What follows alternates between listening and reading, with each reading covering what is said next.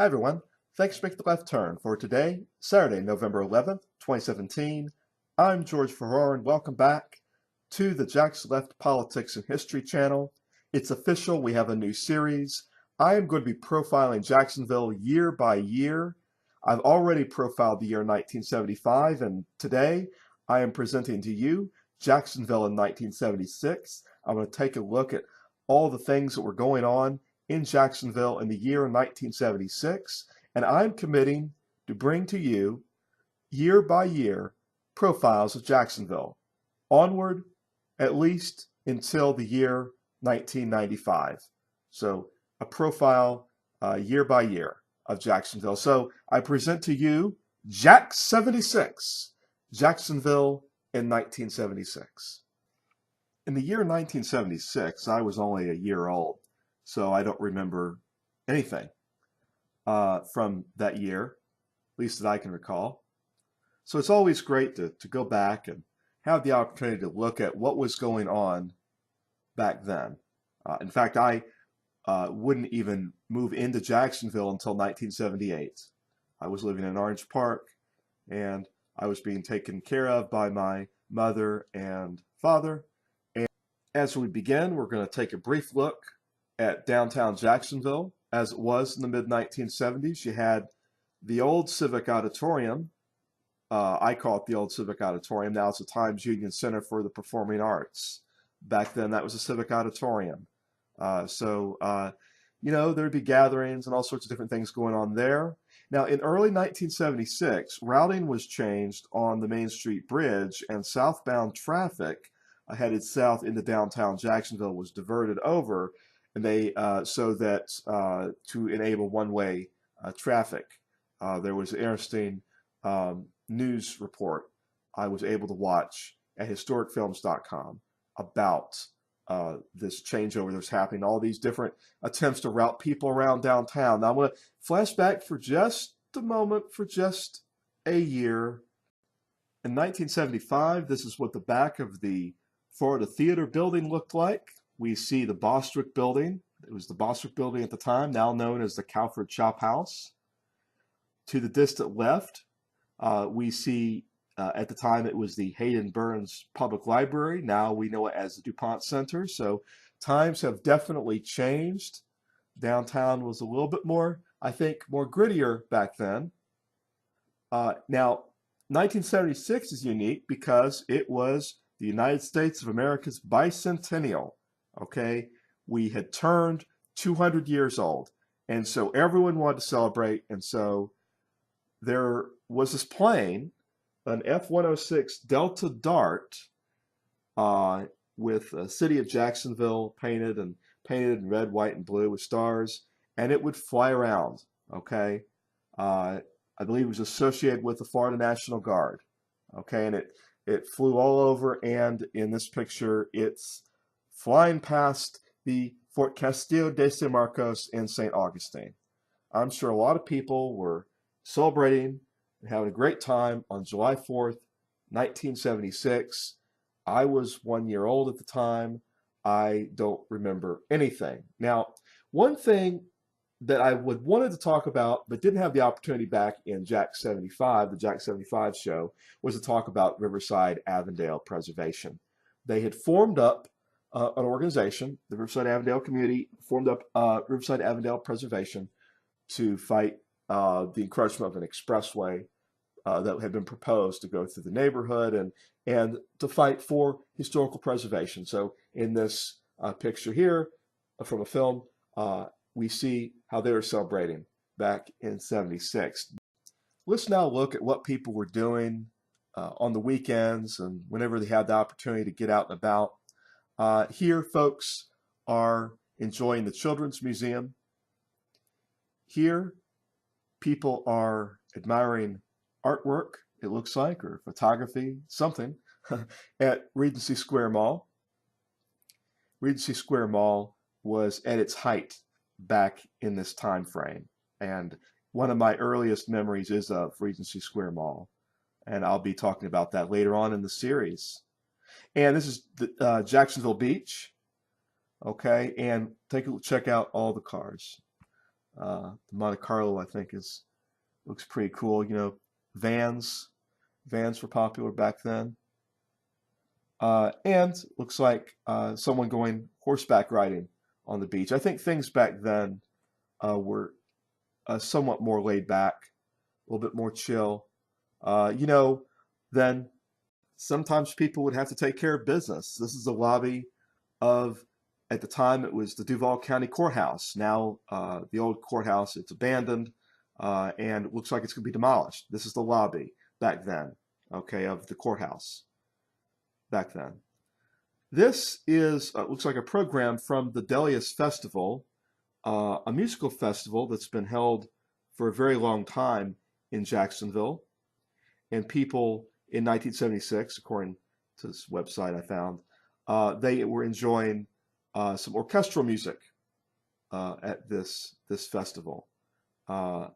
So everyone's trying to kind of get out and about and enjoy the city in our bicentennial year. Now, a lot of the kids could enjoy speedway racing.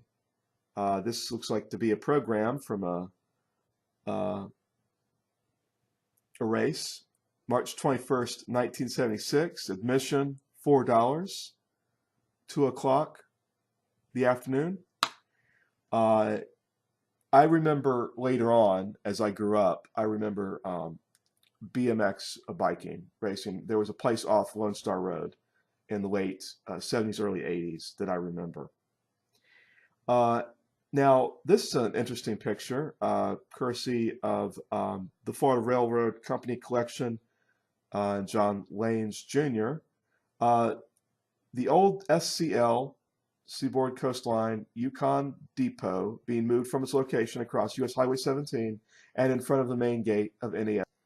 In August of 1976, the British rock band The Who came to Jacksonville and performed at the Gator Bowl. Roger Daltrey, Keith Moon, Pete Townsend, John Entwistle at the Gator Bowl. Admission was $12. They were rocking and rolling at the Gator Bowl. And I really have to say that I've enjoyed over the years listening to The Who, particularly Won't Get Fooled Again, Bubba O'Reilly, Pinball Wizard. You know, those are some cool songs. And so people were in for a treat for those folks who were able to attend that concert. You know, so a lot of great music and performances, I'm sure, at the Gator Bowl. And so I have a picture for you from Live at the Bowl. You know, again, you know, it's the great times that people can have when they can have them. And people are having a lot of great fun in 1976. If you really enjoyed Eric Clapton, you could check him out at the Coliseum on November 7th, 1976, on the No Reason to Cry tour. Here is George Winterling. He was a meteorologist at the time at WJXT TV4. We see, looks like he's taking a look at some film. Back then, that was how people communicated on television. It was film, and later on videotape, and later on all the digital things that came thereafter. So this is something different in television. Now this is an interesting picture because this is Secretary of Defense Donald Rumsfeld. Now he was Secretary of Defense in the 1970s under the Ford presidential administration, and later on he would be Secretary of Defense under President George W. Bush. So this is first Secretary of Defense arriving in Jacksonville at Naval Air Station Jacksonville, being greeted by naval officers. Okay, so we have President Gerald Ford. Now, he was president during the year 1976. He became president after the previous president, Richard Nixon, resigned after he was threatened with impeachment due to the Watergate scandal. So President Gerald Ford was running to be elected in his own right in 1976. President Ford faced competition from former Georgia Governor Jimmy Carter, who was barnstorming all over the country. He won the Democratic nomination in the Democratic primary. He was nominated to the Democratic National Convention in New York City in 1976. So these two were facing this big election that was coming up in November of 76. In March of 1976, and of all places, Rolling Stone magazine, the political environment of Jacksonville in the mid-1970s, the good old boy politics, was profiled by a political columnist and later a political novelist, the novelist behind Primary Colors, Joe Klein. I definitely encourage you to read the March 25th, 1976 Rolling Stone article that he wrote about Jacksonville. Fascinating insights, amazing observations, and I want to share them with you now, some excerpts from that article. Quoting from Joe Klein from the article. The entire political establishment in Jacksonville consists of a small group of businessmen who've grown rich together since World War II. At its center is the Florida Publishing Company, a subsidiary of the Seaboard Coastline Industries, which produces the only two newspapers in town. The primary function of the papers is apparently to tell the rest of the community how wonderful Jacksonville and the businessmen are. Aside from that, the businessmen all belong to the Rotary Club and the Chamber of Commerce's Committee of 100. They eat lunch together at the River Club atop the Prudential Building, play golf together, and plan the future. The future, as they see it, is bright. In 25 years, Jacksonville has grown from 300,000 people to 600,000. It's a burgeoning financial and distribution center and has a wonderful deep water port. The tallest building in Florida, the Independent Life Insurance Company, is located. Still, the city suffers from a very distinct inferiority complex. It's not as glamorous as Miami or as prosperous as Atlanta. It's cool in winter. Sometimes at night it even freezes, and the tourists whiz past on their way to warmer weather, often remembering Jacksonville as the town with the rotten smell caused by paper mills and chemical factories. And so over the last decade, there's been an outbreak of half-crazed macho boosterism, an effort to make Jacksonville so modern, so efficient, so enticing that corporations looking for gold along the southern rim can't afford to pass it up. That was Joe Klein talking about Jacksonville. March 25th, 1976, Rolling Stone magazine. There is the Prudential building. Now we know it as the Aetna building. At the top of that building there was the River Club that he referenced. In 1976, the River Club moved to the Independent Life Insurance Company building, what we now know as the Wells Fargo Center. Okay, so that was an observation about Jacksonville politics, and it goes into talking about things that are going on at the time, the electric rates, Jacksonville Electric Authority, the cost of oil, offshore power systems, all sorts of stuff. So please definitely check it out, and I'll eventually at some point hope to talk more about it with you. In November 1976, it was time for the people of Jacksonville to go to the polls and to vote for president. The President of the United States in 1976, Gerald Ford, was seeking to be elected in his own right.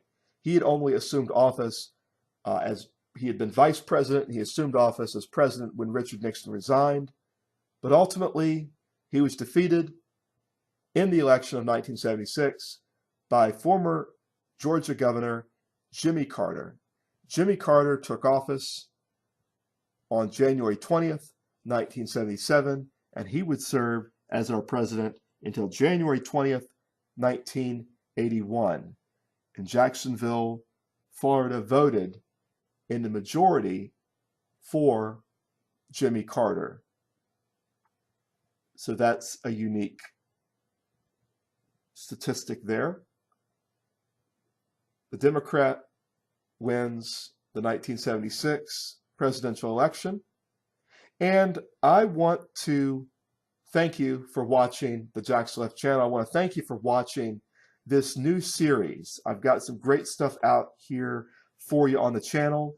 Check us out at theleftturnetwork.com. Check us out on Facebook, Jacksonville Perspectives, History Jacksonville, the JAXLife Channel. I'm everywhere. I've got a lot to bring you. Stay tuned. The best is yet to come.